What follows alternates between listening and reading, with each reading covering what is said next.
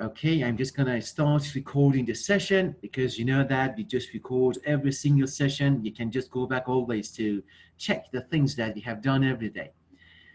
Guys, before we move on, I'm just gonna show you some stuff on the course Schoology that you get to use them and you see that the options which you have. Then we just start the session by the new chapter. Then we just do some practices of the things that we have done. Okay, let me share my. Fantastic, fantastic. Okay, guys, just one thing I just wanted to talk to you about is before we continue with the lesson, let me close my bookshelf. Okay, now the thing I just wanted to do before we just continue with the study, I'm just going to share my screen on, I should say, hold on a second, please. Okay, share my screen on the Schoology website because I created a new folder that I just wanted to talk to you about. Look at this, and when you, for the weekend, one of the things that we have to do essentially is to get started with the software installation because that thing becomes part of, for example, the math that we do is like we do like the biology class. You just have a theory in the classroom and you have a kind of a lab session. You just go to a lab. You have, I should say, for example, some equipments you just do to understand the biology inside the lab. We do the same thing with the math, but in order to do the lab sessions with the math, to see the math, we have to use some softwares. We did some, I should say, some attempts yesterday, but I created a folder which I made some videos yesterday. I saved those videos, and you will see a folder on the course website. This is called Getting Started with the R. I haven't yet put anything in there. I'm just going to upload the videos in there after the session. When we are done, you can just go there and check the videos, and it's going to help you how to get started. Then when you install that, hopefully everyone should be ready. By Monday, we always have the last hour of the class as a lab session. Then please make sure that today, towards the evening, you check in there to see the content. It helps you to install R and R Studio, and it helps you to install the datasets. Okay, guys? Okay. Awesome. It's in the Getting Started with the R folder on the main course page then. Okay, now let's stop the share and let's continue with the class.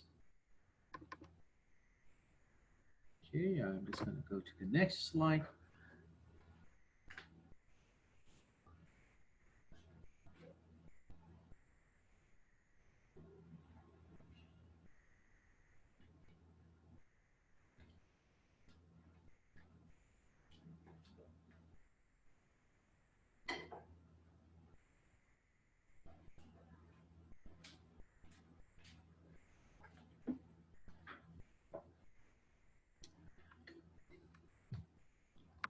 Okay, now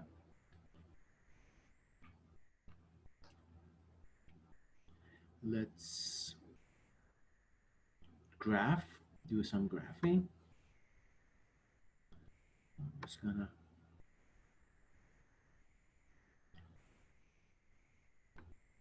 this one here.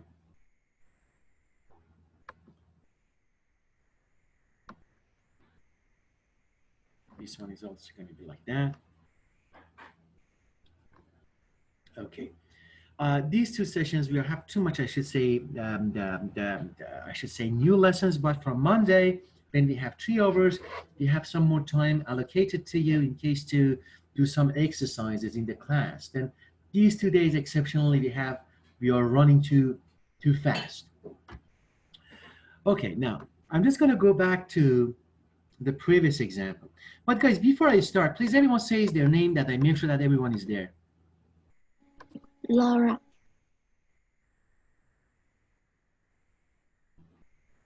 How about the others? Here. Sylvia. How about Anki and Jasper? Yeah, here. Yeah. Me and Jasper. Okay, everyone is there then. Okay, guys. Before we continue, I'm just gonna show that to you. The thing that we just did before we go for the break.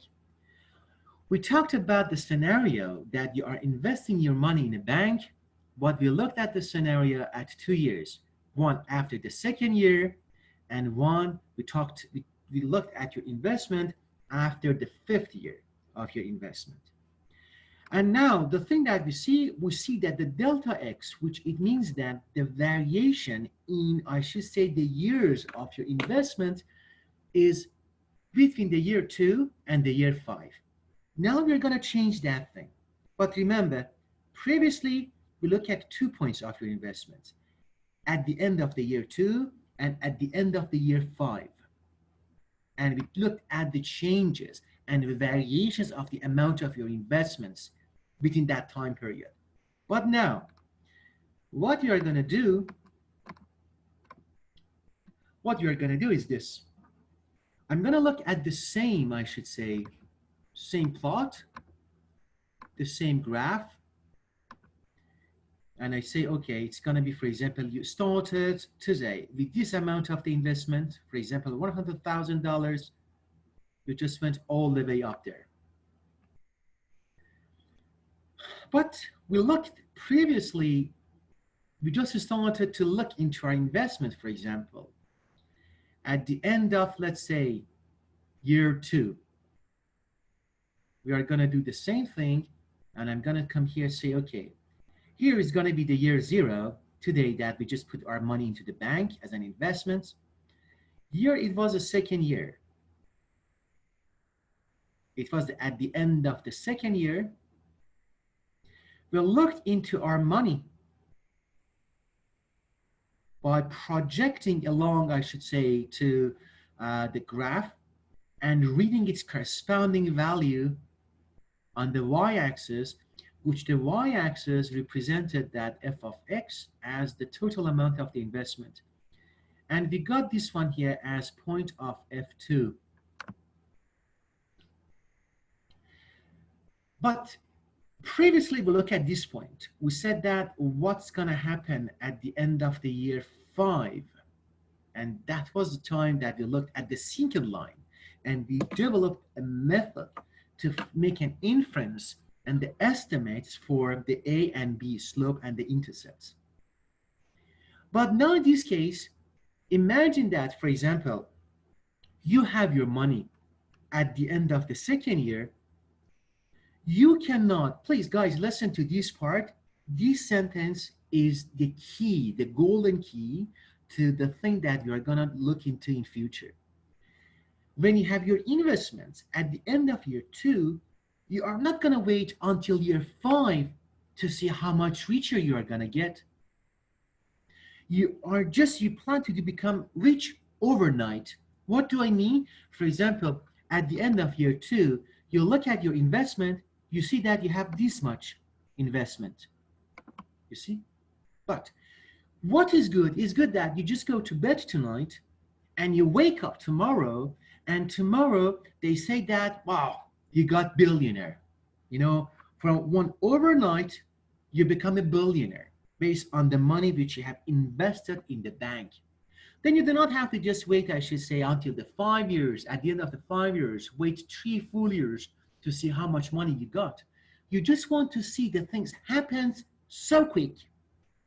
You don't want to wait 10 years to retire to get money. You want to go to bed tonight, you wake up tomorrow, and the bank calls you and say, guys, you are a billionaire now. You won a lottery. You won 649. That's what you want.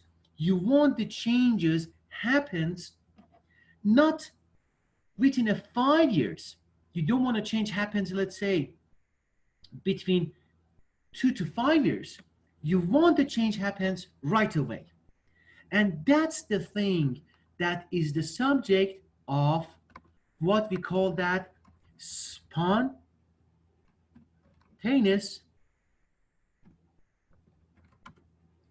change, spontaneous rate of change, which is in a sense is way different than average rate of change. With the average rate of change, you have to wait a couple of years to get rich, but with the spontaneous rate of change, you get billionaire just overnight. You wake up tomorrow and you're a billionaire. That's the difference. But what do I mean? We said that, okay, if we talk about, let's say, the average rate of change, we look at the year 5. For example, let me change the color here, go to this color. We said that for this one, we just go there. And it becomes the delta X for us.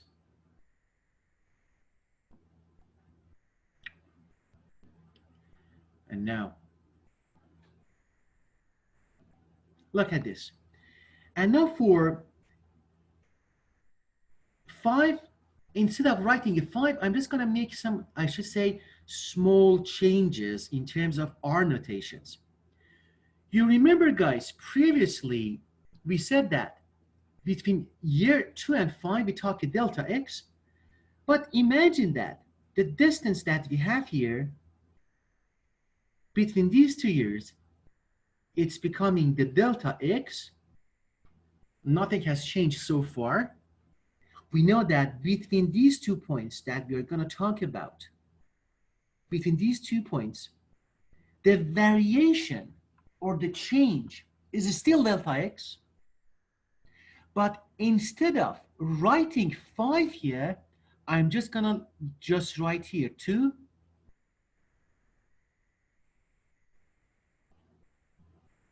The initial point plus the difference which I take, 2 plus delta X. Does it make sense, everyone? Yes. Yeah? Yeah. Awesome. Then that's what I do. I do not just keep 5 here. Then depending on how much you want to be delta X, you end up different places. That's what it gives you some freedom. You are not fixed between the year 2 and the year 5. Depending on the delta X, you can end up anywhere. If delta X is going to be 1 year, you end up at 0.3. If delta X is, let's say, 10 years, then you end up 2 plus 10 becomes 12 years. You end up to see your investment after 12 years. And that's, you see, that's the freedom. Writing this manner, it gives you the freedom. Change your delta X, you end up at different times in the time. Now, that's what we did. And now, imagine that between these 2 points that we got, although I had to, let's say, I had to change the graph in a different way, but for simplicity, I had to just erase the graph. I'm not going to do that. Imagine that the bank, they said that, let me change the color to this. The bank says that f of x, which is going to be your investment,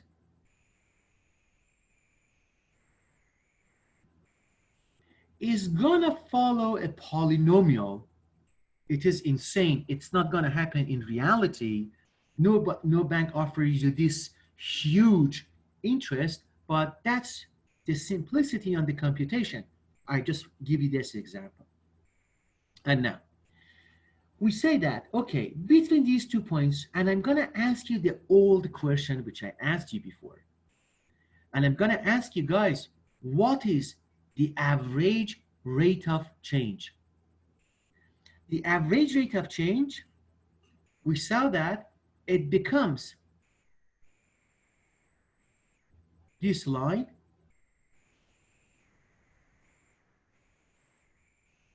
We call that the secant line, which connects these 2 points together. That's what we learned before. We said that the average rate of change becomes what? Between these 2 points. Becomes the value of the function at this point What is my point here? 2 plus delta x. What is my function? X squared. Then what is the value there? Becomes 2. Oh my God, sorry guys. Becomes 2 plus delta x, which is this point here. I put this into the function which bank offers that, the interest. Then it becomes 2 plus delta x to the power 2 minus, at this point, f of this point, which is f of 2. What is f of 2? If f of x is x squared, becomes 2 to the power 2, correct?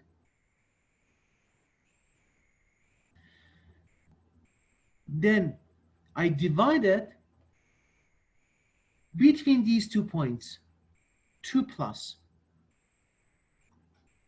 delta x minus the initial point, the day that we looked into our case after 2 years, becomes 2.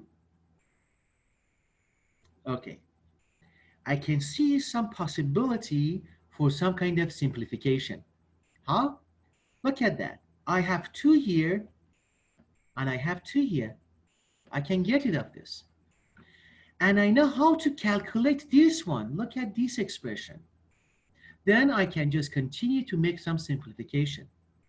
Then still my average rate of return, still we are not looking at the spontaneous rate of return. Guys, please listen very carefully. This lesson is even the fundamental for your calculus class next year. Then I'm still looking into the average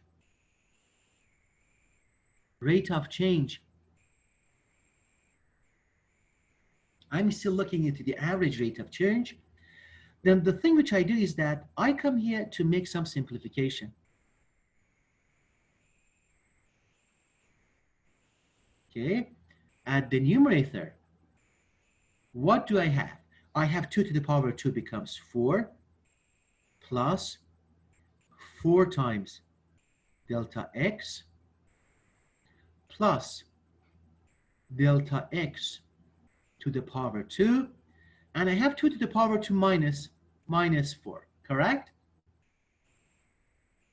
And I have at the denominator, still I have my delta x, because 2 on the left side, with 2 on the right side, they got eliminated, and I left with delta x, which you see here. I'm just going to keep my delta x here. The question is that, can I continue that further to simplify this? And I say probably I can. I'm going to write A equals to the average rate of change. It becomes, now I have looked at that again. I have 4 and I have minus 4 here. You see that? I'm going to change it. I'm going to eliminate it, then I'm left only with 2 terms. I have here 4 times delta x plus delta x squared divided by delta x. Somebody may ask me, can I still divide delta x from both sides? And I say probably, and I come here to write it like that. I say A, then the A average rate of change. I factor delta x from this one. It gives me 4. And from the second term, which is this, it gives me 4 plus delta x. Any questions, guys, so far? Everyone is fine? Yes. Great. Then look at this. So far, I saw that at the bank of RBC, it gives me the average rate of change as 4 plus delta x.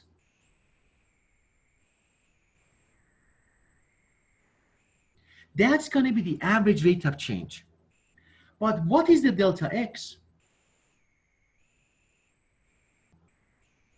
Look at this one. What is the delta x here? Delta x is this delta x. It means that the difference of the years when I look into my investment.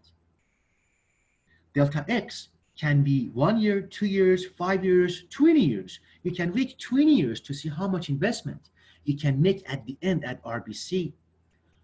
In that's essentially then as a result, it becomes our model for the average rate of return, average rate of change from the bank.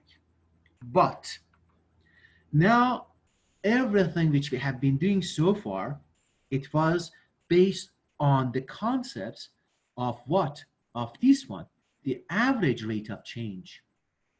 Now, we want to stop talking about the average. Now we want to talk about the spontaneous rate of change. I'm going to go to the next page and write my model there. I got that A, the average rate of change. I still write it average. AVE, it stands for average.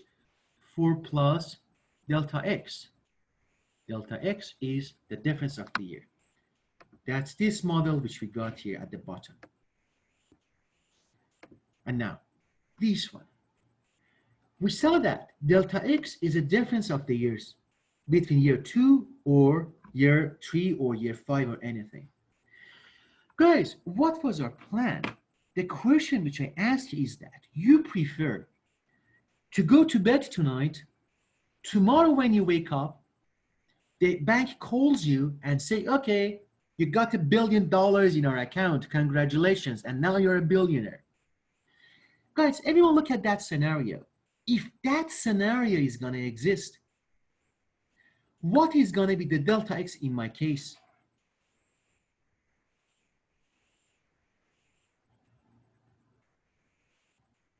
I go to bed tonight, they call me tomorrow and say, okay, you got $1 billion into your account. How much did I wait to get that phone call? How many years?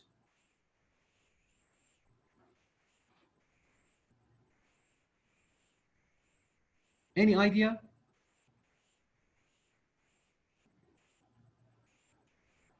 Any guess?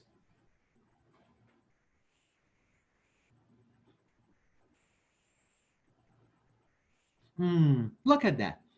We say delta X is a difference in terms of the years. What is delta X between year 2 and year 5?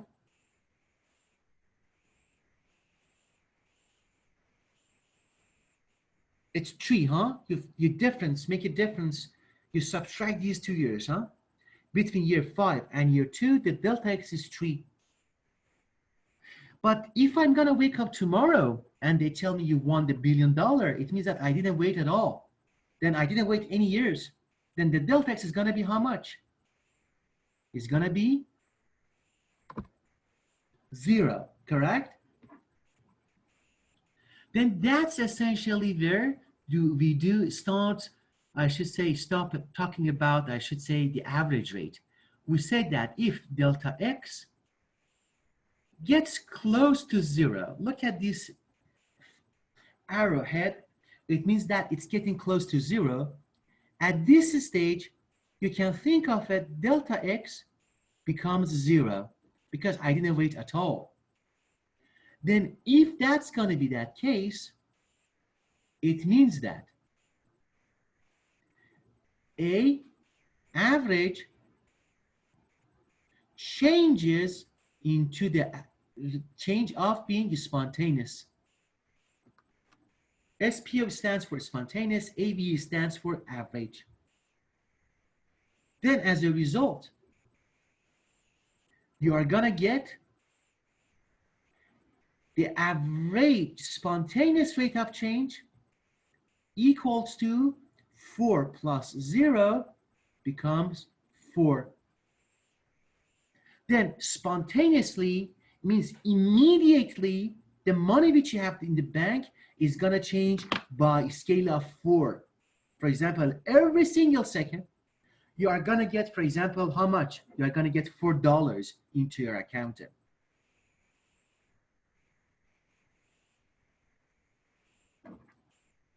And let me also write the notation.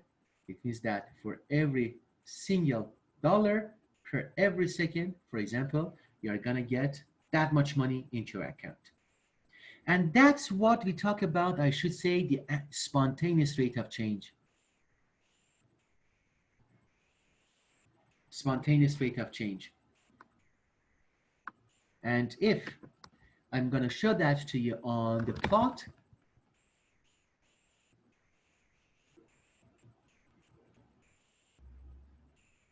if that's gonna be, I should say, your investment there,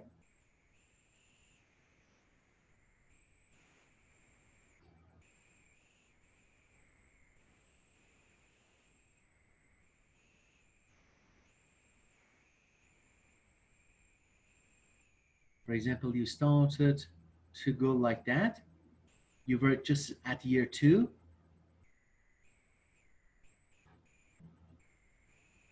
when you talked about the delta x goes to 0, instead of look at that, you said that it's gonna be 2 plus delta x. It takes you to this point. If delta x becomes 0, then it means that you are still getting close, I should say, to what?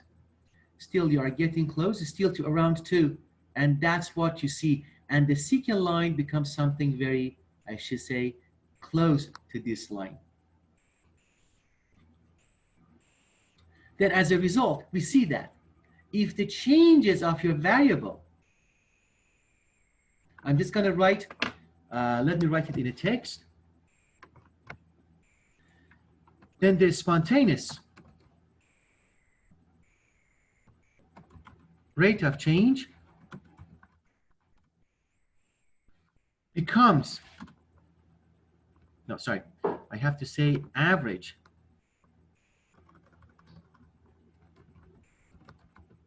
rate of change becomes spontaneous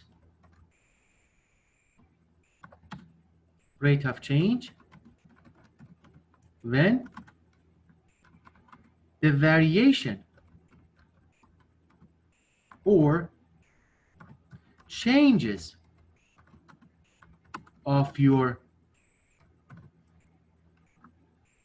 for example, I just call variable of your x, which is your independent variable, becomes so small. And that's the thing, that's the takeout lesson for the thing that we talked today. We said that the average rate of change becomes the spontaneous rate of change when the variation or changes of your x, in the previous example, our x was the years that you have to wait for investment to grow, becomes very, very, very small. Sometimes you can say that the small becomes 0. Sometimes even that small becomes 1 day. That you just go to bed right now, within 1 day you become a billionaire. Now, any questions, guys, so far before I go to the next example, which is more relevant to the course? No. Nobody has a question?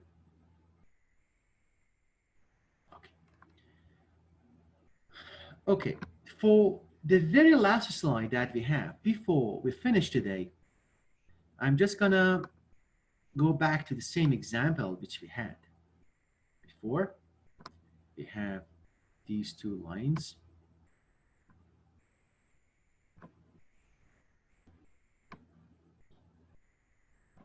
We have these ones.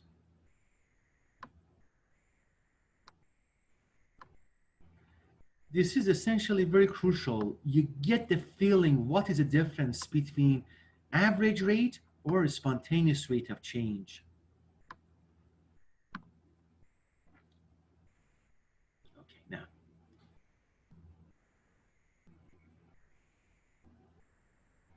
I go back to the same example which we had. We said that we're going to talk about the temperature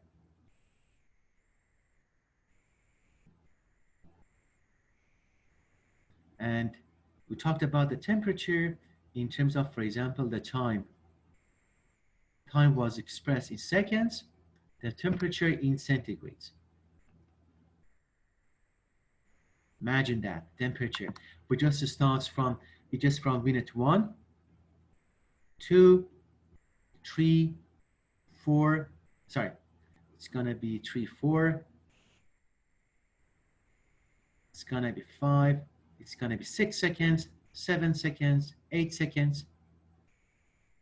And we are gonna have the temperature starting from, let's say, 0, from, let's say, it goes to 5, it goes to 10, it goes to 15, it goes to 22, it goes to 30, it goes to 35, it goes to 40 centigrades. That's essentially what we do here. We have an experiment. We run an experiment.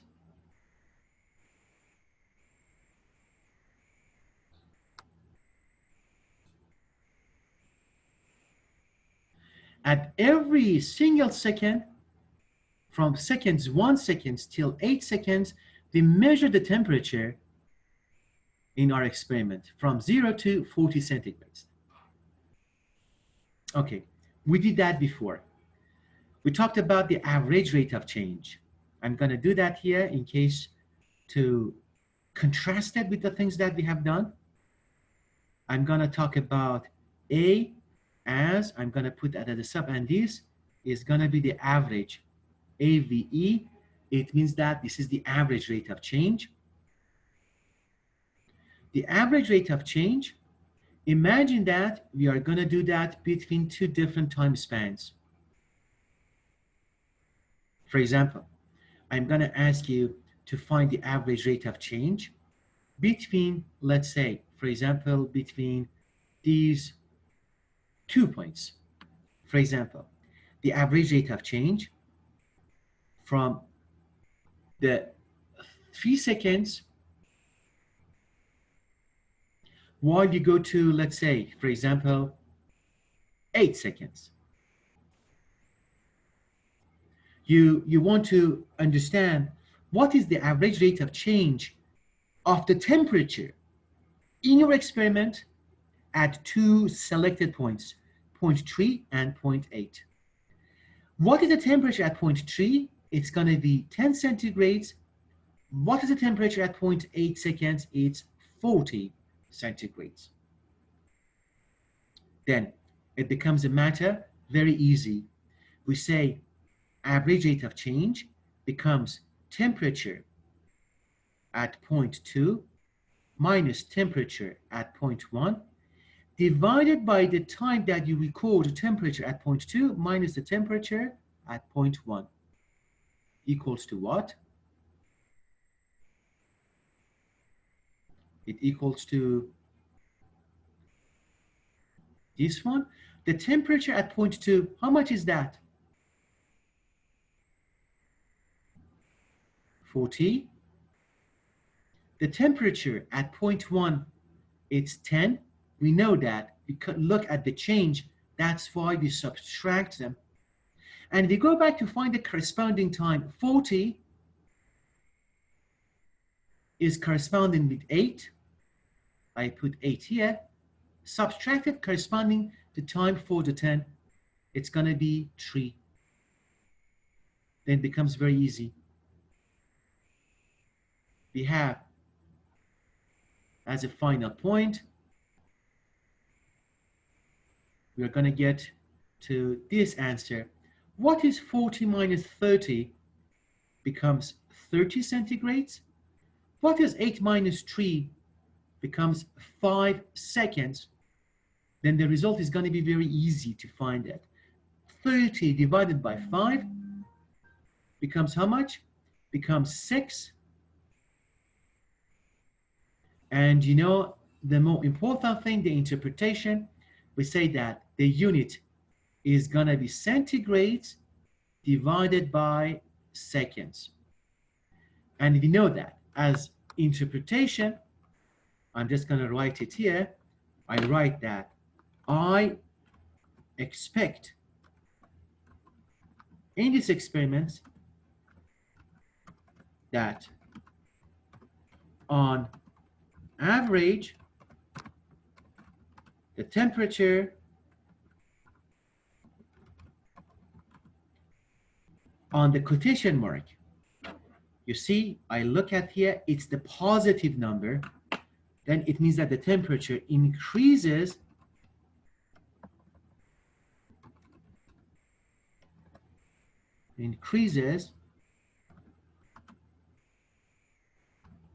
by 6 degrees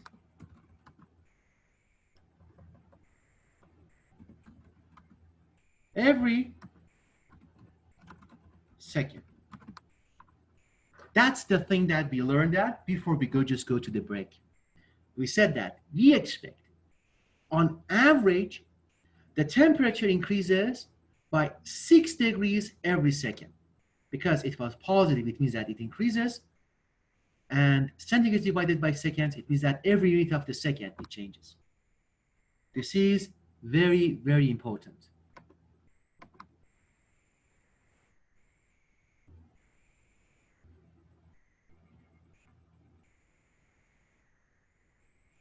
That's the interpretation. This is an average. It can happen anything between these time periods. Between seconds to this one, it's going to be like that. However, I'm going to finish it in 2 minutes, the session for today, then we just go home then.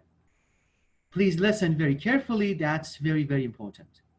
And now, I'm just going to write the spontaneous rate of change, something which we learned it after the second break, spontaneous.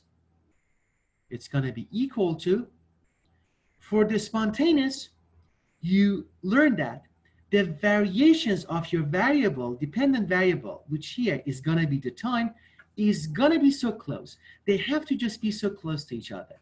Then it means that you can just come to just get the spontaneous in variations between, for example, minute, for example, 5. Let me undo.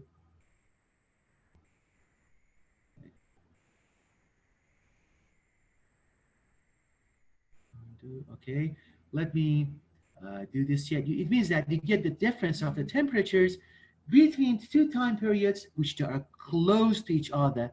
They have the minimum difference. The minimum difference has to be only 1 second. Then it means that, and this corresponding temperature is 22 and 30.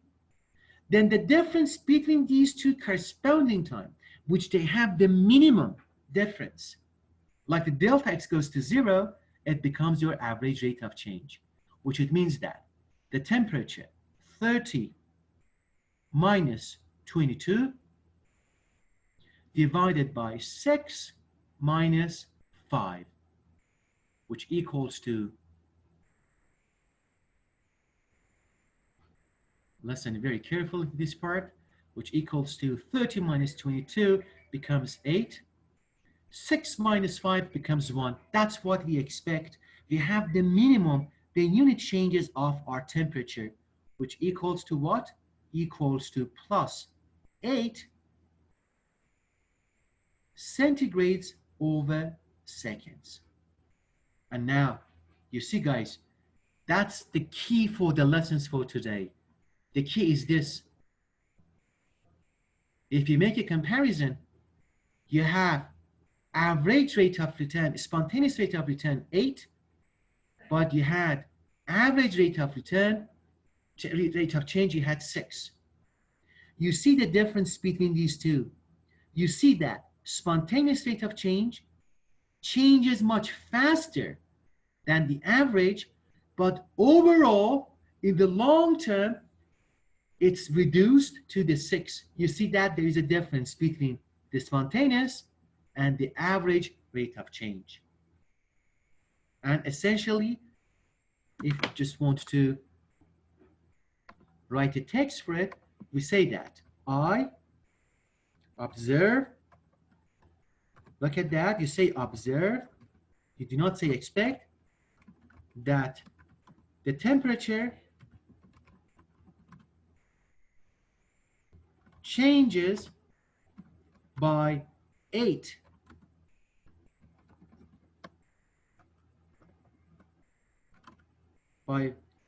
degrees,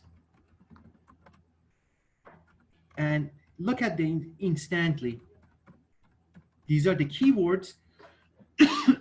Sorry, these are the keywords that you have to use when you talk about, I should say, the spontaneous rate of change. You say the observe instead of to say expect. You say the observe that the temperature changes by 8 degrees instantly. This word, which is instantly, it's crucial, which replaces the word on average. On average, it's going to be the average rate of change. Instantly, which means suddenly. Suddenly, you cannot expect to have it in the long term. It changes right now by 8. It may changes by 1 minute after by 9. When you do the exercises for the homework, you will understand what do I mean by the change that we mean instantly. As a very final point, then we just finished the day by today is that if you change the spontaneous rate of change between 6 seconds to 7 seconds, let me do that very quickly. And we need only 1 minute to finish the course.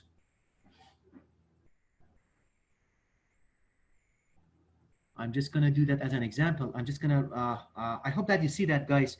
I'm going to write it just right below. I'm just going to rate spontaneous rate of change. I'm just going to choose a different point equals to. Now, I'm just going to look at, still I'm looking before the 30, before the 8 seconds, between 6 and 7. If I'm going to look at the time between 6 and 7, let's see what happens. At the 7th, we have the temperature as what? 35. At the 6th, I have the temperature as 30. And I have 7 minus 6 becomes 1.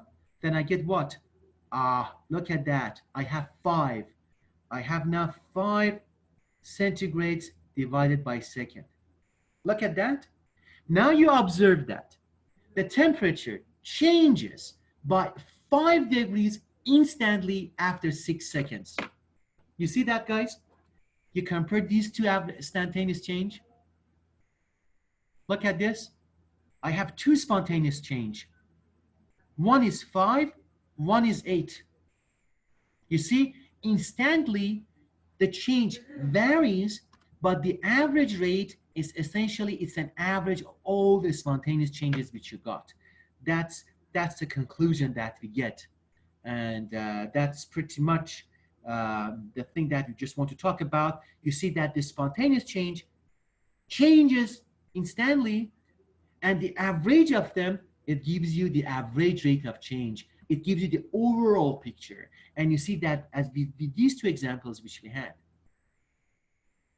You see this by this example.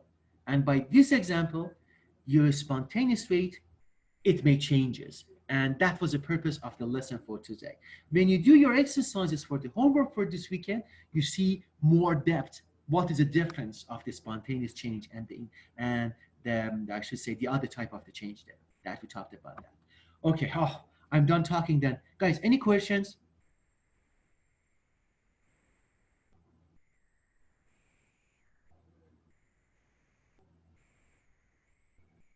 No.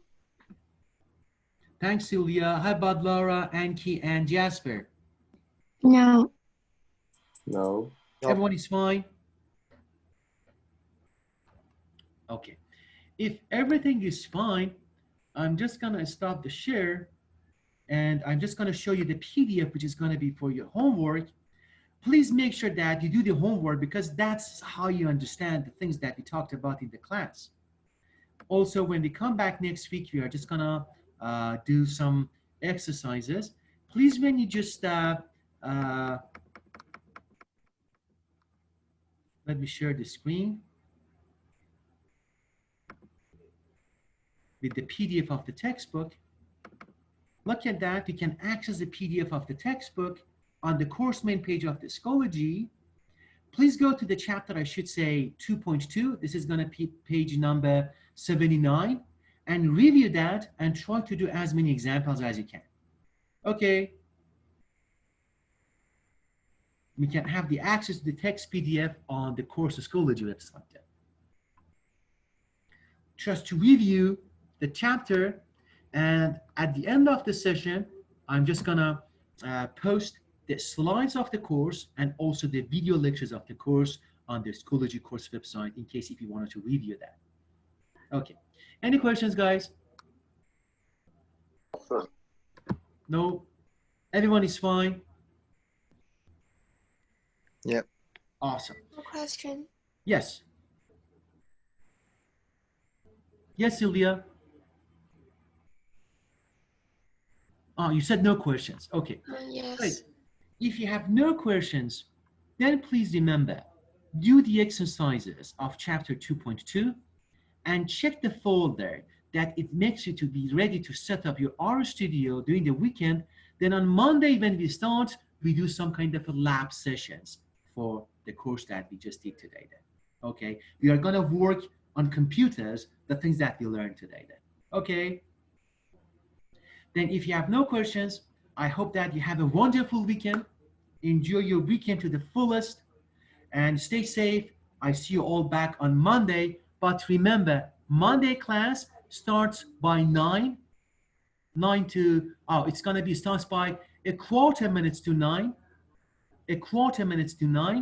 And I'm going to give you a new Zoom login information. And that one is going to be valid for the rest of the term. Okay. Okay, this one which you have for the Zoom is not gonna work. You have a new one on Monday, 15 minutes to 9, we start the class then. Okay? Fantastic. Then guys, Okay. have a very nice weekend. Enjoy it to the fullest. See you guys all on Monday then. Take care, everyone. Bye-bye. Bye. Bye, everyone.